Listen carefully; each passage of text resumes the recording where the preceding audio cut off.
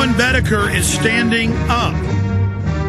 He came in to take over a gun show in Austin that had been here for more than 15 years. They didn't tell him they'd run that group out. They didn't even know they'd run them out. And they said, you're not going to allow private sales, which is a big part of his business, which is totally legal. They threatened the leaseholder, HEB, and told him to make him do this. Mr. Boedecker posted the sign, but then got a petition going to the state attorney general. Then the police put pressure on HEB to just end all gun shows at that location. They told him no more gun shows, not just you. It's over. It's over. And I guess they'll harass anybody else that tries to get another location. Now, local TV stations are going to interview the police, and there's no debating the facts. We need to make sure KVUE and others don't spin this. The article is Obama administration shuts down oldest gun show in Central Texas, and they are the ones that ran this. The BATFE, the ATF, is the subdivision of that. Alcohol, tobacco, firearms, and explosives. Police under the direction of ATF told the event Boedecker he would be required to follow their recommendations or they would close down his event. Boedecker said he was told, you do what we say or we shut you down. He said the ultimatum was recorded by police and ATF. So the news needs to now demand that video because, well, no, let's let them lie to the media first and then get the video through subpoena, or they'll say it malfunctioned. Mr. Boedecker indicated enforcing the ATF recommendations would destroy his business. He said he would not issue a public notice unless it indicated the so-called recommendations were issued by the Austin police and ATF. And the ATF said, yes, that's good, do that. And this has now happened. And so he decided to stand up, so HEB called him this morning and said it's over. Now, Austin police, this is illegal. What the ATF did violates, there's no statutes to do this, no statutory authority. It's clearly racketeering. It's clearly corruption. It's clearly they've damaged him financially. It's clearly color of law, civil rights violation. I mean, they have really done it. But if they get away with it, the precedent is set. And what they do is they set up stings and fake things. They harass gun shops and gun shows out of business everywhere. Tennessee's moving to do the same thing. But this is without a law, without anything. So let's go to Darwin Boedecker to break down, recap what happened, and then now the latest developments. And KVUE, you talked to them this morning. They're going over to interview the Austin Police Department. Go ahead. Yes, sir. I got a call from Andrew, the manager of the North Austin Event Center yesterday, and he said that he got a phone call from HEB saying that our shows were over. So due to the arrest this past Saturday, that they couldn't afford to allow us to have the shows in there. Which wasn't arrest. They just put a guy in handcuffs. Now the number's 20 minutes and let him go, and he went back into the show. Exactly.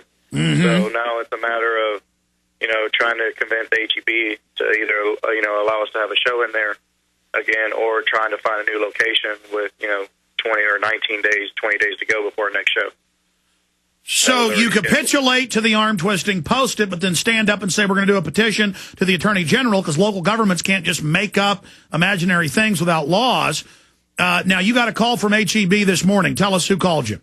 Yeah, it was a lady named Natalie. She called from HEB there in Austin and wanted to know why. She said that what she heard was I said that HEB agreed to do stings, agreed with the Austin PD and the ATF to do stings in my gun show, which is absolutely not true. I would never agree to such a thing. And she said that people are wanting to start an anti-HEB, what do you call it? What's the word I'm looking for? Anti-HEB campaign. And she asked me why I would do that, and I said, well, it's not me. And then I said it was the representative that you sent, that HEB sent to this meeting, saying that basically when he folded, he looked at me, and he was the only one there with power of authority to allow me not to have a show, that I had to follow these recommendations or there'd be no show. I go, that was on him and his choice, and that's why this stuff is happening to HEB. It has nothing to do with me. And she said, well, we would at least appreciate a phone call or something like that before you went on the radio. And I told her, well, I would appreciate a phone call or a heads up before they invited me into a meeting the day before the show. But see how they're making it that you're bad? I'm surprised they don't just say it's a conspiracy theory and the gun show never even existed. And you know, Grandpa says there used to be a gun show there, and the kids laugh and say, Grandpa says people used to own guns. You know, that's the attitude that they have. They shut down your business. They unlawfully come in, order HEB to do this. You were at the meeting. And now it's clear that they've intimidated them into just getting rid of your contract. I mean, this is outrageous, and then you're the bad guy, and we hadn't even made HEB the bad guy in all this. I know, and that's what I tried to explain to her. I said, if you listen to the interview that I had with you yesterday, never once did I say HEB was the bad guy. And neither did I, but here's the issue. They can't say the police are wrong. They can't say it's wrong that they just came in like thugs and made all this up and made your leaseholder. I mean, you know what happens if I go to a business and talk to a leaseholder and make them lose their lease? I can be sued up one side and down the other. I mean, what other businesses will the police come in and take over? I'll tell you. In Seattle, it's a major scandal that in some areas of the city, more than half of the bars are owned by police because they would go in and run stings of selling their own agent drugs and then asset forfeiture seize the bar or restaurant and then keep it for themselves. I mean, this is I guess we're going the Chicago, Seattle model. Yeah, the good news out of all this is since the show yesterday, I've received tons of emails, you know, people saying that they couldn't make it to the show, but they would support us anyway, you know, even if they bought complimentary tickets or something online just to show their support. So, I mean, that's a good feeling knowing that there's so many people out there that... And you're going to try to get into another venue, but let's not talk about that right now or the cops will run and try to defame you and destroy you there. I mean, they're getting deeper into trouble. And if I know these Austin police, they're going to savagely attack now. I mean, I could be raided any minute with setups or whatever. Because they are the mafia, they rule, end of the story. But I mean, these people are dangerous, but I mean, they're lawless, but continue. Well, yeah, and basically I try to explain to her, she said that it was unfair for me to have a boycott set up against HEB because... So she wouldn't even listen to you. You explained to her, but still, you are the bad one, not the police starting all this, not the feds ordering it. You are the bad one as the victim. Exactly. Because she cannot say the government's bad because it is God. Yeah, and I try to, she goes, well, normally I have these meetings face-to-face, and I told her I'd be more than willing to set up a meeting with her face-to-face, but I wouldn't be there alone this time like the first meeting I had.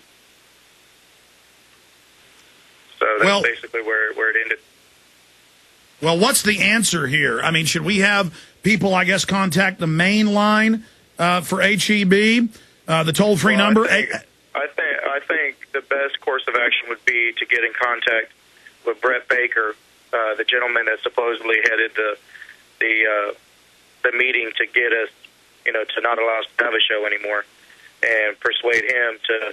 The best course of action would to be allow us to still do the show as scheduled in that building.